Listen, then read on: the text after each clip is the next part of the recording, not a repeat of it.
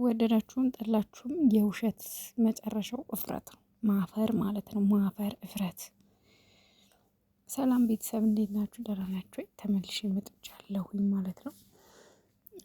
እንግዲህ ሰሞኑን አንዲት እህታችን ብሩኬ ቻናሌ ሊያዘጋ ነው እያለች ያዙ ልቀቁኝ እያለች ነበር እና በቃ ቅቡጥ አድርገው ነበር ሶሻል ሚዲያ ላይ በቃ የሌለ ነገር ነበር የምታወራው እና አንዳንድ ጊዜ የሆነ ነገር አይታችሁ ዝም ለማለት ህሊናችሁ አይፈቅድም። ምክንያቱም እኛ ካልመለስንላት ማንም ሊመልስላት አይችልም። ሀይሚና ብሩኬ ስንት ስራ አለባቸው፣ ታዋቂዎች ናቸው። በእነሱ እንመልስ ቢሉ አያምርም። ገባችሁ? አንዳንድ ሰዎች ዝም በሏት ምን ቸገራችሁ፣ መልስ አትስጧት፣ የበለጠ ትኩረት እየሰጣችኋት ነው የምትሉ ሰዎች ስላላችሁ ማለት ነው። ያ መልስ ካልተሰጣት ልጅቷ እናቴ ትንሽ ቆይታ ሌላ ነገር ኢንተርናሽናል አረገችው እኮ ጭራሽ እኮ ኢንተርናሽናል አድርገው እኮ ትላንትና በእንግሊዝኛ እያወራች ነበር። ይሄ ምን ይባላል? ኢንተርናሽናል ስም ማጥፋት።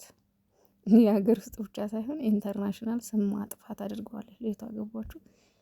ለዛ ነው ትላንትና መልስ ሰጣት የነበረውና አትዋሽ እሺ። ውሸት ምንም ጥቅም የለውም። አሁን እንደዛ ነው እንደዚህ ነው ይቅርታ ምንም ማለት አይደለም። ይቅርታ ብትጠይቂ ጠየቅሽም አልጠየቅሽም ለውጥ የለውም ግን የልብሽን ካደረሽ በኋላ ይቅርታ ያን ያህል እንትን ላይኖረው ይችላል። ግን ለሁለተኛሽ ተማሪ የሚመስል ነገር ነው። ትላንትና እኮ ኮፒራይት እኮ እሱ አይደለም የሚላከብሽ፣ ግልጽ እኮ ነው። አንደኛ ቪዲዮ ማጥፋት ትችያለሽ፣ ለምን የሰው ስለሆነ። ሁለተኛ ዩቲዩብ ራሱ እንጂ ከብሩኬ ጋር የሚያገናኘው ነገር የለም። ይሄ ዝም ብለሽ ግን አንቺ የእሱን ስም ለማጥፋት ያዙ ይልቀቁኝ እያልሽ ነበር እና አንዳንዴ በጣም ነው የሚደብረው። የምር ውሸት መጨረሻው እፍረት ነው። እውነቱን እኮ ህዝብ ያውቀዋል እኮ እውነቱን እኮ ሰው ያውቀዋል ነው ወይስ ትኩረት የሰውን ትኩረት ለመሳብ ብለሽ ነው? እና በሰላም በሌላ ነገር ትኩረት ለመሳብ ትሞክሪ፣ ጥሩ ነው። በክፋት ከምትመጪ ማለት ነው። ለማንኛውም ብሩኬ እንደው አይሞቀው አይበርደው ችግር የለበትም። ሌላው ደግሞ ሀይሚዬ አንድ ሪፖስት ያደረገችው ሼር አለና አቢካሳ ነው የሚባለው። ብዙ ጊዜ ኮሜንት ታደርጋለች እዛ ቤት፣ ብዙ ጊዜ ሼር ታደርጋለች፣ ሪፖስት ታደርጋለች። እና እኔ ቀልቤን የሳበውን መልእክት ሳገኝ ይዤ እመጣለሁ ወደ እናንተ። ማለቴ ይህ በቃ የሆነ ደስ ይለኛል። ቀልቤን የሳበው ጥቅስ፣ እኔ ጥቅስ በጣም እወዳለሁ። ጥቅስና እንደዚህ እንትኖች እወዳለሁ። ትክክለኛ በቃ ያነቃቂ ምናምን በሚባለው አላምንም። ግን አንዳንድ ጊዜ ልክ አለ አይደል የውስጣችሁን ነገር ግልጽ አድርጎ የሚናገርላችሁ አባባል ወይም ምንድነው አባባል የሚሆን ምክር የሚሆን ተረት የሚሆን የሆነ የውስጣችሁን የሚናገርላችሁ ነገር አለ አይደል? እንደዛ ሲሆን ነው እኔ ይዤ የምመጣውና ሀይሚዬ ደግሞ ሼር አድርገዋዩ ብዙ ጊዜ አያታለሁ። ኮሜንት ታደርጋለች፣ ሼር ታደርጋለች። ያው እሱ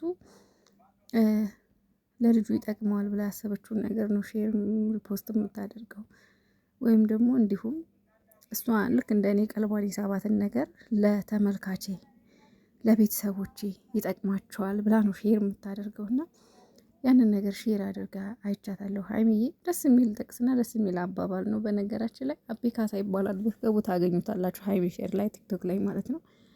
ምናልባት ለሁላችሁም ላይ ደርስ ይችላል። አንዳንዴ እንደዛ አይነት ነገሮች ያንን እኔ የዛ ሰውዬ ተከታታይ ስለሆንኩና ብዙ ጊዜ ሼር ላይክ ስለማደርገው ነው ቶሎ ብሎ ለእኔ ይመጣል። ለእናንተ ጋር ላይደርስ ይችላል።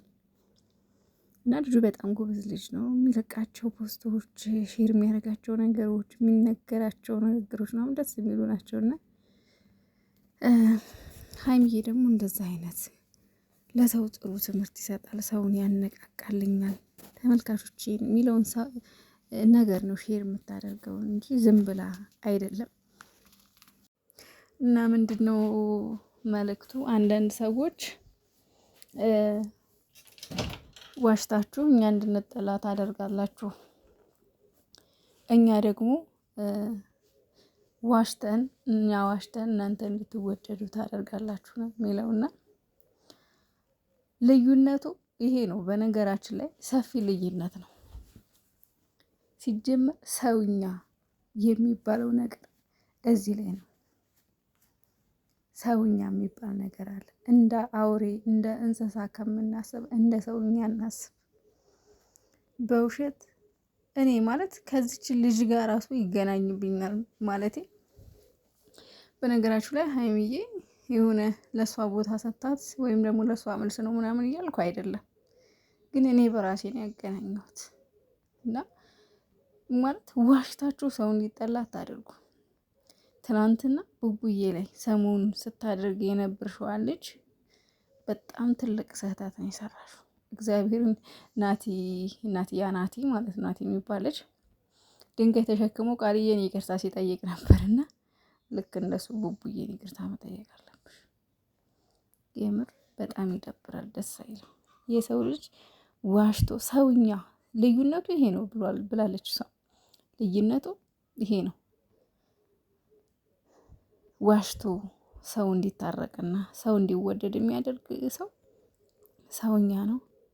በተቃራኒው ደግሞ ዋሽታችሁ ሰው እንዲጠላ የምታደርግ ልክ እንደ እንስሳ እንደ በግ የምትመሩ በጎች ናችሁ። በጎች አይገልጻችሁም፣ በግ የሚለው ቃል ራሱ።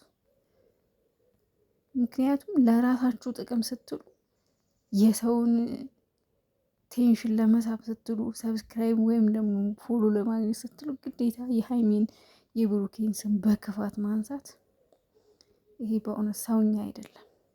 በጣም ያስጠላልና ማስተዋሉን ይስጣችሁ። የምር ጨረቃዎች ገና ከፍ ይላሉ፣ እነሱ ገና ከፍ ይላሉ። ሰው ያለ አግባብ ሲነካ እኔ ደስ አይለኝም። ለዛ ነው ደስ አይልም። ለምን ንጹህ ሰው ሲነካ ያማል። በልክ እናድርገው። በልባችን ያለውን ጥላቻ በዚህ በግልጽ አታንጸባርቁት። በጣም ይደብራል። የምር በጣም የሚያሳዝነውና አንዳንዴ ከባድ ነው። ለማንኛውም የሚመቻችሁ ላይክ፣ ሼር፣ ሰብስክራይብ አድርጉ። በሰው ስኬትና በሰው ደስታ የሚቀና ሰውን ለመጣል የሚጥር ደግሞ እመኑ መቼም ቀን አይወጣለት፣ መቼም አያልፍለት። የምሬን ነው። እየቆረቆዘ እያነሰ ነው የሚሄደው። ስለዚህ ክፉ አትሁኑ፣ ለሰው አትመቅዱ። የምሬን ነው። ብዙ ጊዜ ስላየሁ ነውና አንዳንዴ ከቻላችሁ እንደነሱ ለመስራት፣ እንደነሱ ለመወደድ፣ እንደነሱ ከፍ ለማለት፣ እንደነሱ ራሳችሁን ለመምራት፣ ራሳችሁን ለመግዛት ሞክሩ። ካልሆነ ግን እንደው በሰው እንደው ለምን አደጉ፣ እንደው ለምን በለጡን፣ እንደው ቡኑን አትበሉ። የምሬን ነው እና